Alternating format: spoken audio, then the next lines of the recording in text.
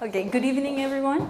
Thank you for coming, and thank you, the organizers, for inviting me to talk about I'm passionate about this topic. I was really glad that it was this year's topic of the conference, and Claudio already mentioned this. Dr. Kuma, as he said to be called, said something very important last week. And he has been saying that for quite a while, which is simple.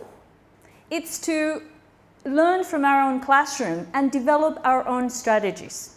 And for that, we need teachers. We need to develop those strategies. So instead of looking outside on how to do things, on these recipes, we should look at our own classes and develop our own strategies to create our own teaching for this context. So for this, a strong identity is key. An identity, why is it important to look at who we are? It's not only who we are now, it's to know who we are now, our past, our history, to develop our future. If we don't do that, we kind of become whatever, whatever the fashion is. So instead of that, we become agents. We know, we study, we examine who we are, and we develop our future. So history is important in this. So let's see, what is it that we understand, first of all, by an identity? Some broad definitions of what an identity is. It's not only about how one person identifies himself or herself with, but also how others position that person. It's a process of continual emerging and becoming. It's not static. That's a very important thing. Yep. And as teachers, we know this. When we finished our studies and our undergraduate studies, we had one idea of a teacher we wanted to become. That has changed, and it will continue changing, depending on the experiences, the context, and our own beliefs and motives. So it's not an individual identity. It's not only collective either. It's a mix. It's both. It's individual because we need to have this drive, internal drive, but it's collective too. It's the product of our histories. Our own histories, but our social histories too. So when we talk about Chilean teachers of English, we're talking about us in this context. Something important. It's about, before I move on, identities are about negotiating new subject positions. And as I said at the beginning, at the crossroads of past, present, and future. Yes, we are shaped by our social histories, but we also shape history. And in our case, it's not identity in terms of many factors, but also language. Key element. So language is, when we talk about language identity, we're talking about this relationship between myself and this language. In this case, we're relating to English, and not a language as system, but it's a system of communication that belongs to community. So how is it that we identify ourselves in relation to this language? Some studies have identified not only these ones, but these three main relationships towards a language. So, as language expertise, language affiliation, and language inheritance. Language expertise, language experts. We're proficient in the language. We know the language and we know about the language. Language affiliation, our feelings towards the language. What is it that we feel about English? And inheritance, our community, what kind of relationship we have in relation to this language. In our case, I'm talking from a Chilean perspective, probably we don't have much of it, I mean, as a collective. Of course, individuals, maybe some parents, grandparents, aunts, uncles, but as a collective, we don't have this association very strongly. So think about you. How is it that you identify with the English language? So, English is not any language, I would say. This is a special language. So if we think about the role of English, not only in Chile but also around the world, we probably agree that it has had a hegemonic power. And it's over-present, over-dominating, not only in our context but around the world. So English has become powerful, growing presence, yeah? And it has become the lingua franca of globalization. However, and this is something we read, we hear about English being the tool, a tool of communication, and also a tool that allows Chileans economic development. Yeah, have you heard that before?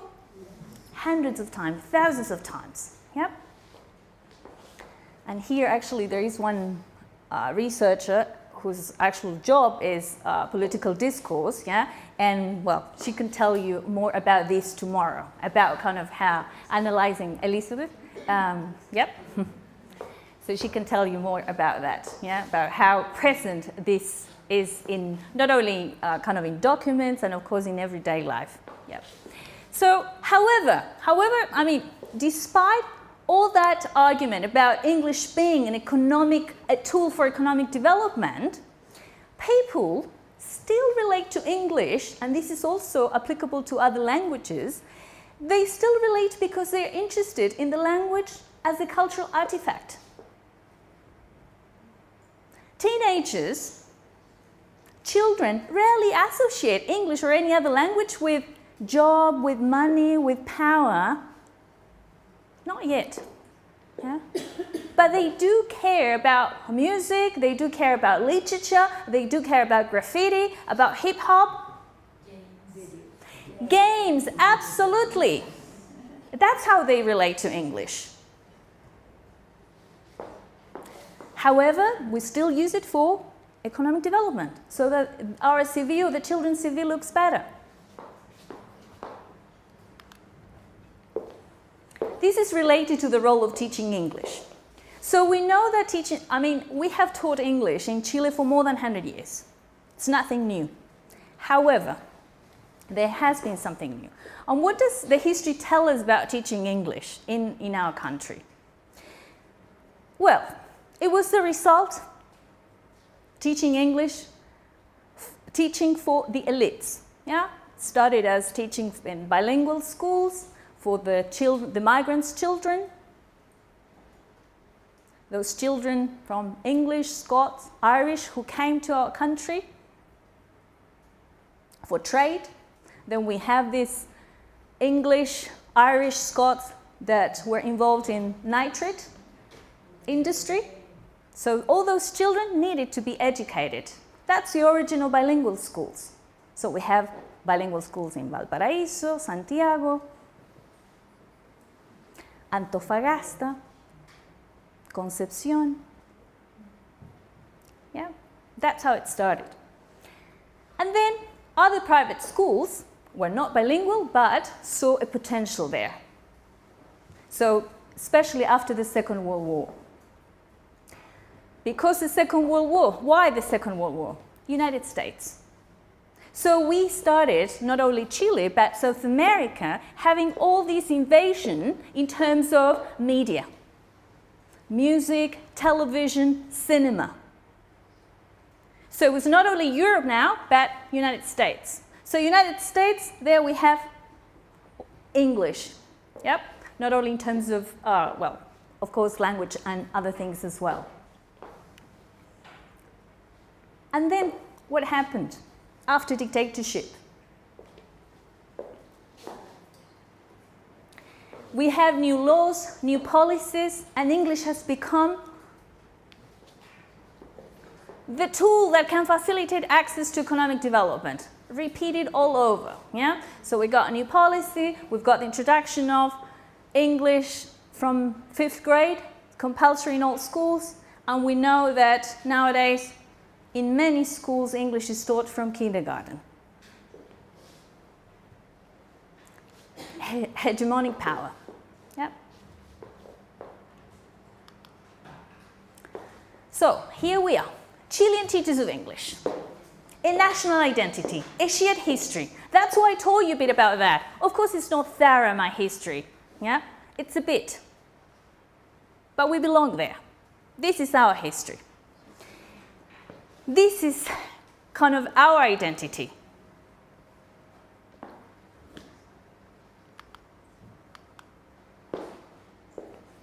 And what's the difference, probably, from any identity to a teacher's identity?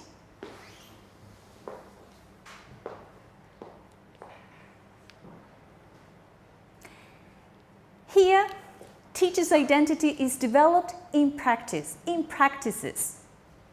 It's what a teacher does. It's not only what he or she feels or his or her personal traits. It's what he or she does as well, in the classroom and outside the classroom too. That's why we're here today, on a Friday evening, hot. We could be in a bar, having a pisco sour, enjoying ourselves, chatting with our friends and our family. Instead, we have decided to be here. Coming to TESOL is part of our practices. It's part of who we are. So we can say that a teacher's identity is composed by these elements: beliefs about English language teaching. What is it that we believe, how English should be taught? Self-efficacy. My beliefs about how good I am teaching or doing certain things in the classroom. My motives as I started teaching and also as they develop throughout my career. My reasons, oh, what did I do? Oh, sorry. And of course, experiences. And here, of course, life experiences, but also what I'm referring specifically here, it's about classroom experience and teacher's experience. Different contexts that would also shape my identity as a teacher.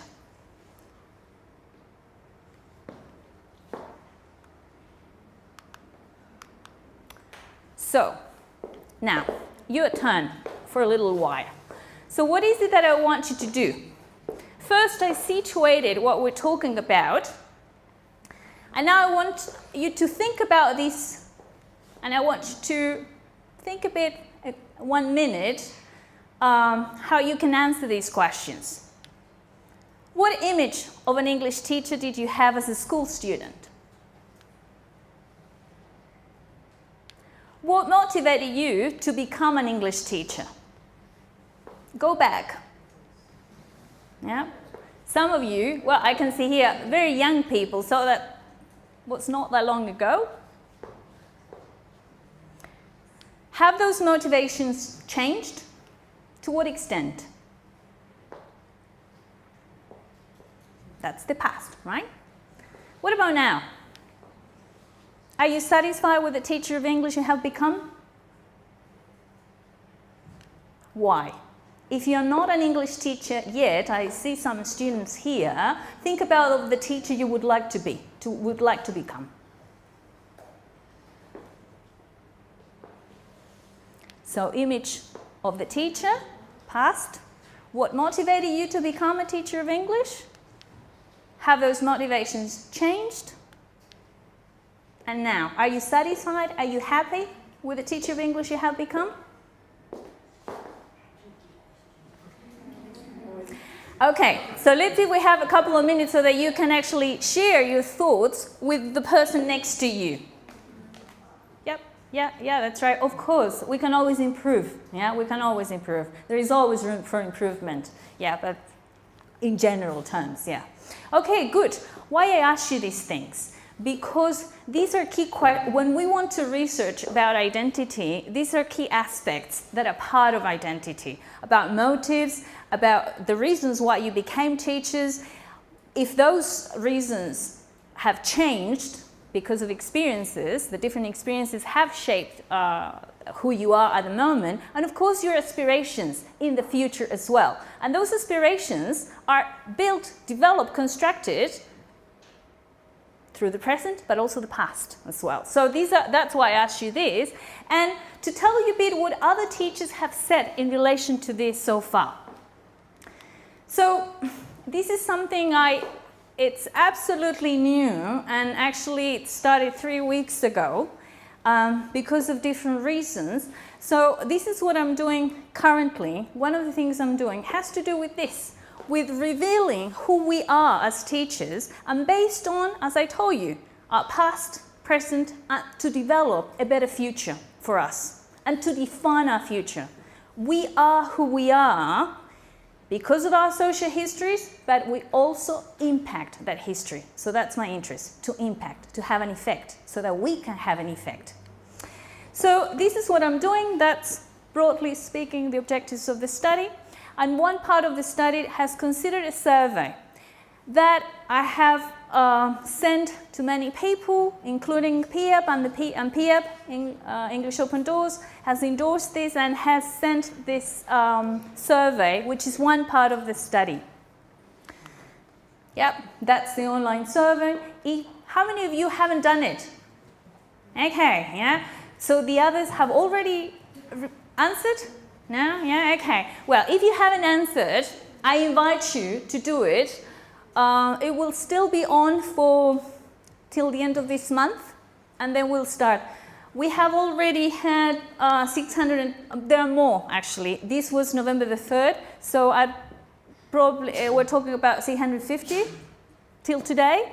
So if you haven't, it will be good so that your opinion perspective is present. And I'll tell you a bit about, so this week I have been working on this, on trying to understand what teachers have said. So first thing, who are we? No surprises here. No surprises at all. Yeah. The issue is that our bosses continue being boys, yeah, men. But we are, according to this survey, 78% of the respondents were female. Yeah, so female dominated. This is coherent with other surveys previously done, and internationally there is a trend about being a female dominated profession. So no surprises. Age, this is interesting for me. Most of the respondents, as I will show you later, work in the public system. And look at age here. Pretty young, so we're talking about in-service teachers who have just finished, have graduated, probably 22, 23 years old. Yep, they're working. So we're talking 37% and 36% between 31 and 40 years old. Pretty young. This is also coherent. I mean, if we think about since 2004 with the new policies and all the new programs, the new English teacher education programs, this is quite coherent. We're talking about a critical mass of teachers of English. Yeah? And some people are even talking that currently in some regions we have too many. Yep. So that's why the age as well. However, interestingly, yeah, teachers who more experienced. And this is quite related to years of experience with age. Yeah, it's absolute, there is a correlation there. So 24%, 3 years, and then we have 4 to 10 years, 41. So this means that we're talking about more than 50% of teachers with 10 years of experience, pretty young. Not only in terms of age, but of experience. teaching English. Distribution. I was really interested, so I was intended that everybody was represented, not because of making this survey more valid in terms of numbers or statistics, because teachers and regions, it's different. So it's very important to have different voices. So definitely Santiago, no surprises. Yeah, no surprises there. Here it's not percentage, it's the number of respondents. So we're talking about a 40% in Santiago, which is equivalent to more or less the actual numbers of the total numbers of teachers of English. So it's coherent with that. And then we've got Valparaíso, another big city, Concepción too. So it's absolutely coherent with the national numbers in terms of city, but also in terms of teachers of English. Yeah? And 11th region, Coyhaique. Not many teachers, only 10 have responded. Yep. The new region, Arica, only 8. Yep. But I found out yesterday that actually there are like 60 teachers in Arica only. 60? Yes. I thought there were more. Yeah. So in the end, this is not that bad, probably. It is what it is. You know what I mean? Yeah. So we've got voices from everywhere. And, well, the main cities are high represented there. I didn't want to be overrepresented, like Santiago would dominate the thing, like 80%, that would be wrong, you know, because Chile is not Santiago, yeah? So, what context? Where do these teachers work? Wide range of context. From escuela, liceo particular subvencionado and escuela o liceo municipal. Here we've got more than 50%. And actually that was my focus of the survey, so that respondents were school teachers. Particular, 15%. However, look at these numbers. Universities and institutos profesionales. Large numbers of teachers of English working there. No surprises again, because we have had policy regarding that. Now, almost all universities teach English at least 3 or 4 semesters across the programs. So, of course, there is a need of teachers of English at university level. And I'm not talking about the teacher education programs, but English across the curriculum, ESP, yeah. So it's very common. And something that, I mean, used to exist long time ago, yeah. Instituto Británico, Norteamericano, etc. Yeah? Linguatec, Tronwell, to mention a few.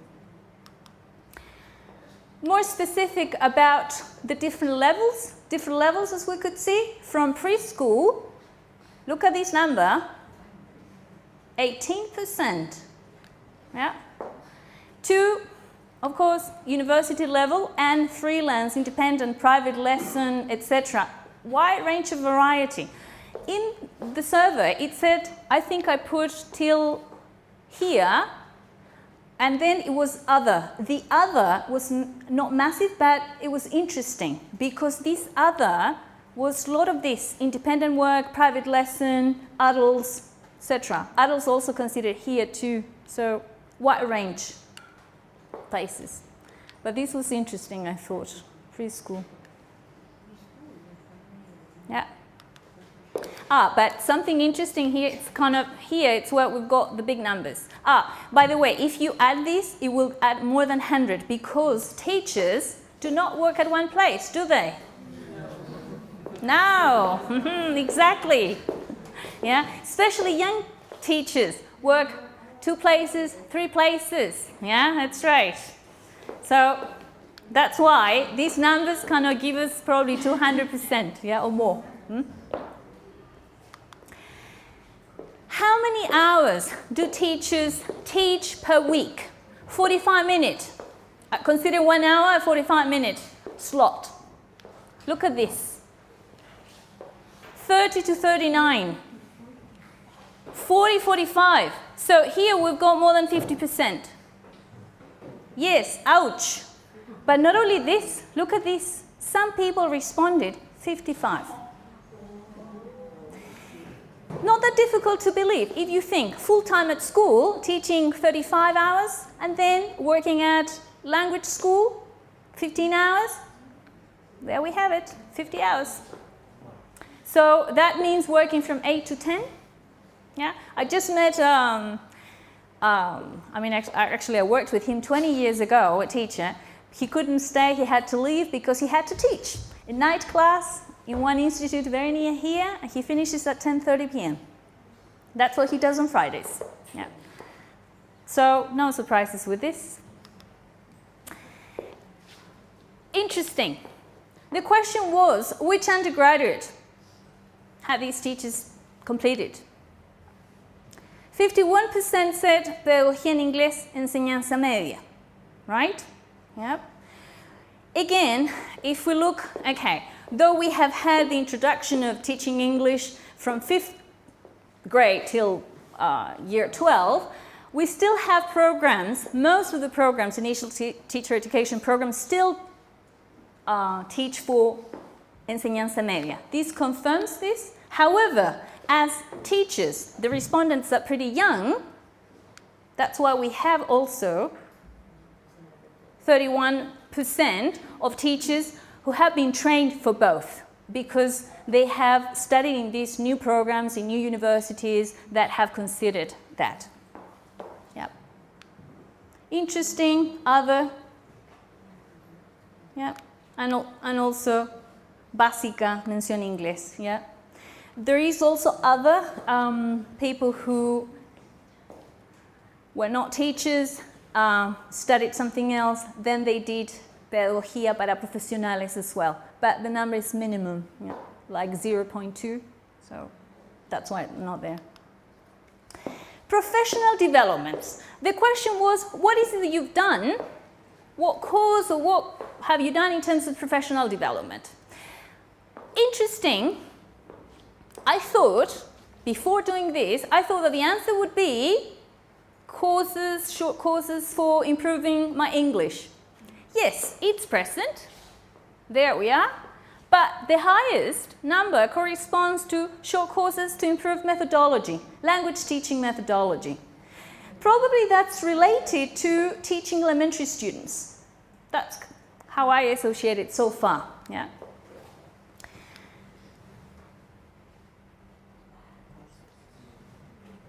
Again, young teachers, if we're talking about 1 year of experience, still no time, no money to get into professional development, right? Especially teachers, 3 years of experience, still struggling. Or working conditions are not stable. If you're working as a substitute teacher, working 3 months, 4 months, you work 60 hours because you know next month you will not have a job. So not time for professional development yet.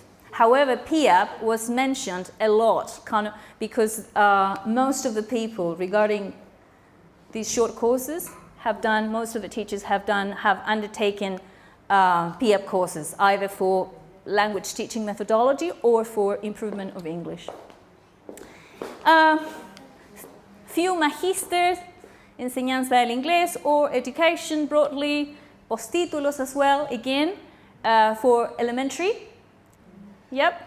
Linguistics there as well, and some others. Here they mention things from going to the States or the UK to do short courses, some other things, diplomados in all different types of subjects, curriculum, assessment, what other, but a broad range. So when people say that teachers do not study, that's absolutely wrong. Actually, teachers do study and study a lot. Yeah, we're talking about a young population here. Young population, and here I'm talking about, and these people have all undertaken some kind of professional development.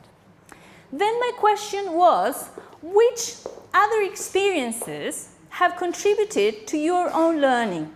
And I found that answer fascinating. Why? Look at here. When analyzing the content, because this was an open question, and they could write freely,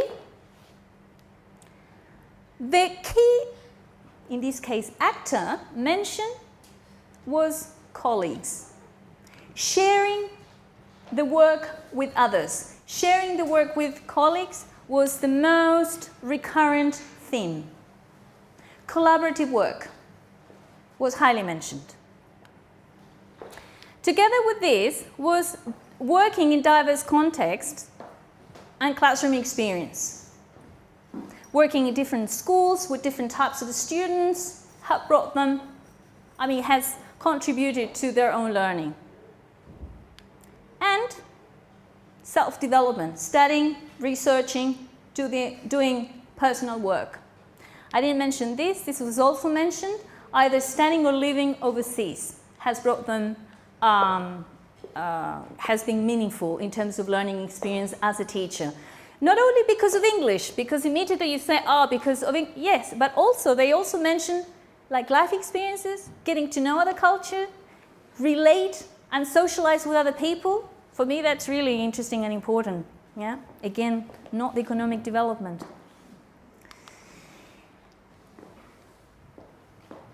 So, how important do teachers think that English is regarding their job? No doubt about it, no hesitation here. 80%, more than that, kind of 90%, they said yes. From 1 to 5, how important? Very important. So very important. So we all agree that English proficiency is important. Now, what's the level of English? No. So they reported 63% as an advanced level, 33% as intermediate. Okay, here you might say, well, actually, this might be wrong because you should have separated these levels to make it more accurate. Yeah, probably you're right. Yeah, especially this one, to make the difference between B1 and B2. However, what is relevant, it's like high percentage, it's a self-perception about the level of English, very high. But it's an opinion. Of course, it's reported, it's not a fact. I asked them, what's your level of English? How do you assess your level of English? Yeah, not the real thing. Yeah, but this is, if you think that most of these respondents are young teachers, I'm not that surprised because they are graduates. So graduates, as now kind of being the, with the standards required, C1, B2 for in-service teachers, this is absolutely coherent. Yep. Remember the question, what motivated you to become a teacher of English? What are you saying? Level interest for English? Yes, there we are.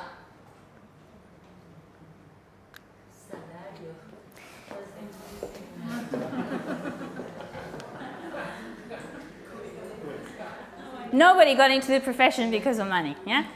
No surprise there, yeah? But interestingly, okay, so no surprise with English, but look at this, the last one. Social contribution. To make changes, to be a social agent. Here we are. That's why we're here today. So it's not only this, it's this too. Of course, interest to get to know other cultures. Interesting. This was reinforced by the question, what was the level of your motivation in the beginning of your career? And everyone was highly motivated. Yep, not everyone, 40%, but look at high. So here we're talking about 80% already. So when, is it coherent with your initial motives? Were you highly motivated? Yeah, I was. What has happened since then? How has it changed? Remember salario, wages? Now it's a bit more important, yeah? Of course, we have to live, yeah, that's right. We kind of, yeah. Still, we still like English, yeah? But look at this. We want to contribute to society, absolutely. Exactly. This is different from before. Capacity to teach. This, now we know how to teach. Self-efficacy. Absolutely, yeah. And also this too, passion for education. I'm passionate about what I'm doing. What you said, yeah? Yeah, I like teaching. Teaching for me is fun. I have fun. So I wanted to expand on this. So I asked them, yeah? Which are the factors keep you in the job? And in the center, this picture is not just because I wanted to make it more beautiful. Actually, it was a student of mine. But she chose a very blondie girl, not very Chilean though. Yeah, yeah. With red cheeks. Got black eyes. Yeah, got black eyes, that's good. So this is it. So teachers mentioned that students are at the center of their teaching. That's why they continue being teachers. Because they care for them, because they want them to succeed, they want them to be good people. That's why they continue being teachers. To be social agents. Passion for teaching, all coherent. Yeah? Of course, because I want to be better. I want to be better at my job, I want to be better at my profession.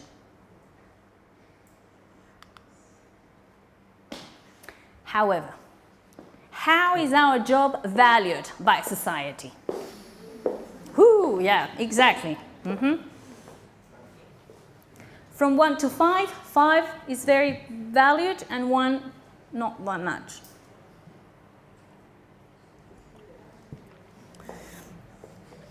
So if we count here, it's minority.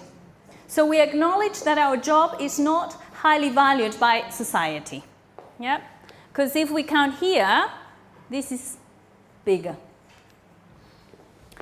Now, what are the factors? What are some factors that the teachers mentioned that contribute to the profession being valued or not?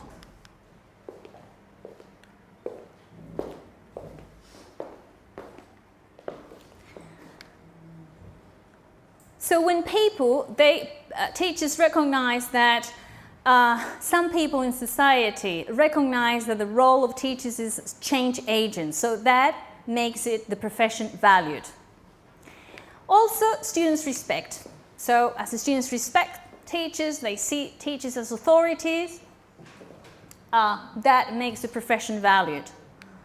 And of course, in our case, very specific to our profession, teachers of English, globalization. The view of English as a lingua franca. However, what are the factors that do not contribute or actually constrain the value of teacher of English?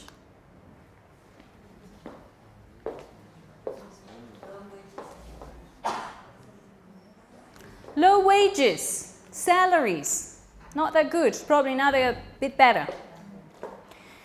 And poor working conditions, unstable jobs. One teacher wrote a long answer and she or he said, talking about how unstable, that in his or her 3 first years as teachers of English, she or he has never had a permanent job. So in 3 years, that talks about poor working conditions. They also mention, and I use their words, these are all their words. When they refer to neoliberal system, overemphasis on results, talking about CIMSE, numbers, and how schools press teachers to get certain type of results, and not respecting professional capacity, professional knowledge and understanding of what happens in that classroom, disregarding all that. Something that caught my attention was this answer. Parents. Parents as a cause of not valuing the job. Also, long stories talking about that parents don't respect teachers' job. Public policies and media too. Talked about this, especially regarding elementary teaching. They introduce something, we don't have the resources, we don't have the training, etc. A lot of requirements for initial teacher education. That's changing. Now, work satisfaction. How satisfied do you feel with your work? From 1 to 5, again, 5 very satisfied, 1 0. Yeah? Look at this. This is impressive. And this reflects actually what you were talking at the beginning when I asked you.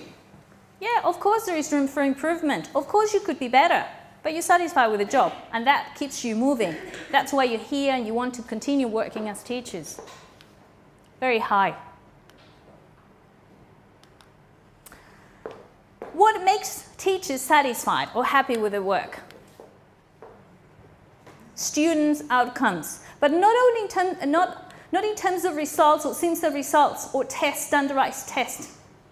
Much more comprehensive, holistic view of a student.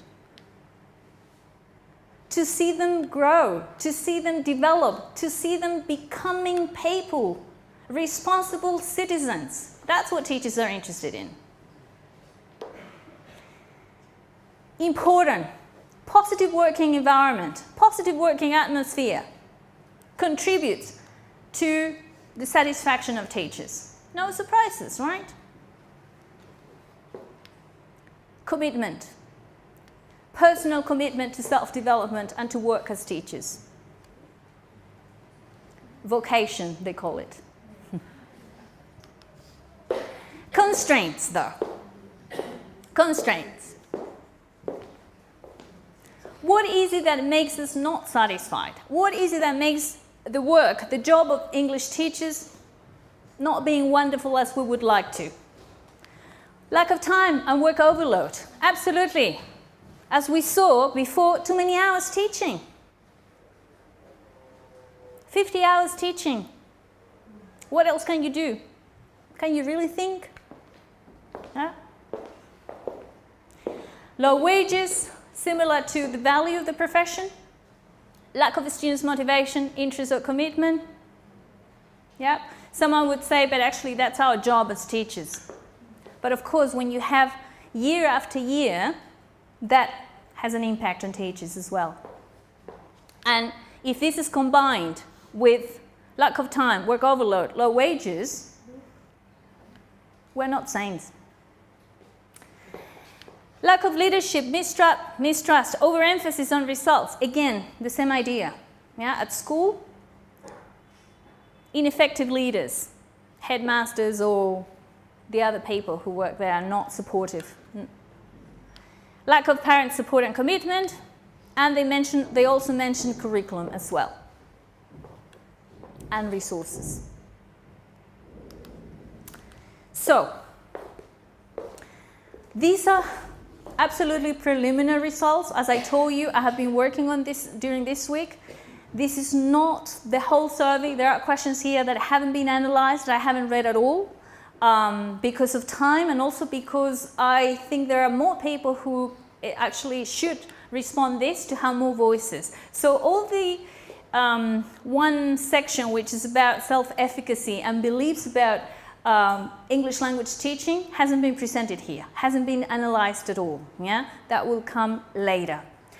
So with all this information, what is it that we can conclude so far? And I insist that this is preliminary and this might change.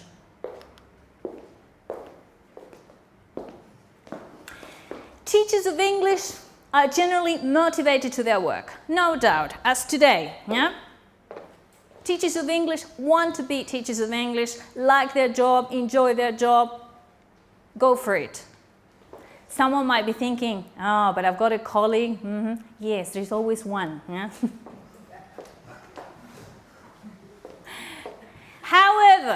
However, and this is not only related to teachers of English, but teachers in general. Working conditions still not the best, and also about their own development. 50 hours, we said, kind of difficult to do something else. Yeah. That's what they report as well. So in order to professionally develop teachers' skills, teachers value formal professional development. Yes, we saw lots of teachers have undertaken master's courses, short courses, even PhDs. So yes, we do want education, we do want professional development. However, they also value work collaboratively with their peers. So probably there it is, some thing we could do regarding professional development, continuous professional development in the schools. We don't have to go somewhere else, probably there we can do something. Teachers' motivation is strongly drawn from the success of their students. Key, very important, as I said, students are in the center of their work. And again, it's not about simple results or the standardized test. It goes beyond that. It's a holistic view. It's to see how these kids become good people. Their ongoing interest in English as a language and cultures that are built upon it. Yeah, it's, of course, this is what we do. But there is something else. Teachers self-identify an important social role in the teaching of English that goes beyond the conventional representations of the instrumental nature of the teacher of English. We're not just instruments. English is not just an instrument for economic development. Much more. Teachers know this. Other people don't. So, this is the invitation for us today. How do we collectively redefine our role in society? Remember, you started talking about identity as an individual but also collective, and that identity is a product of our social history, but we also shape our history. This is us. We can do something. We are at a critical moment today. Never in history we have had so many teachers of English. Never in history of this country we have taught English so much at different levels. So this is the time where we need of course, the needs to be understood, yeah, to have better support, and we, of course, we need to do this. As Dr. Kuma said the other day, to use our local knowledge, our local understanding of how to teach English in this context, and theorize about that. Theorize our practices, to improve our practices, and back. And of course, how can we develop a more critical pedagogy that moves beyond this economic, instrumental sense of learning English? We need to find answers. I don't have answers. I don't have a recipe for this. And with this, we're going to finish. I thank you very much for your patience. And I finish with my details in case you're interested, and of course the survey for you to respond or to share with your friends and colleagues. Thank you very much.